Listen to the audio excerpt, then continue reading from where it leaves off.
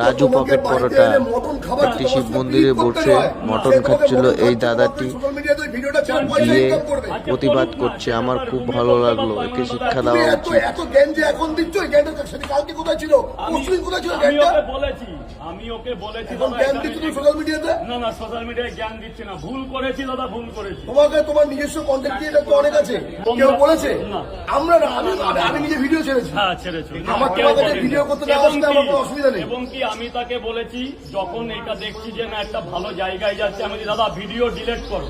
বলে কে কি করবে, আমার মন্দিরের পরে আমি করেছি, আমার বাড়ি আমার ঘর, ওখানে আমার মা থাকে, আমার আমি এখানে আমি একটাই রিকোয়েস্ট করছি, তোমরা 10 জন চলো আমার সাথে একটু কষ্ট করে ওই স্পটেই, যদি সেই স্পটে যদি কোনো ভুল ধরা দেবে, এটা সম্পূর্ণ তো আমাকে ফাঁসানো। আজকে আমার পেজ দিয়ে কিংবা আমার বাড়িতে যদি হতো তাহলে আমি মানতাম। একটা অপরের বাড়িতে আমার থেকে 20 কিলোমিটার দূরে গিয়ে সে ইনভাইট করেছে দুমুঠো খাওয়ার জন্য।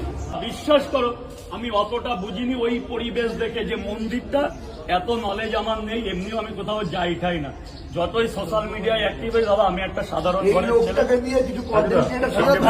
আমি অত কিছু বুঝি না।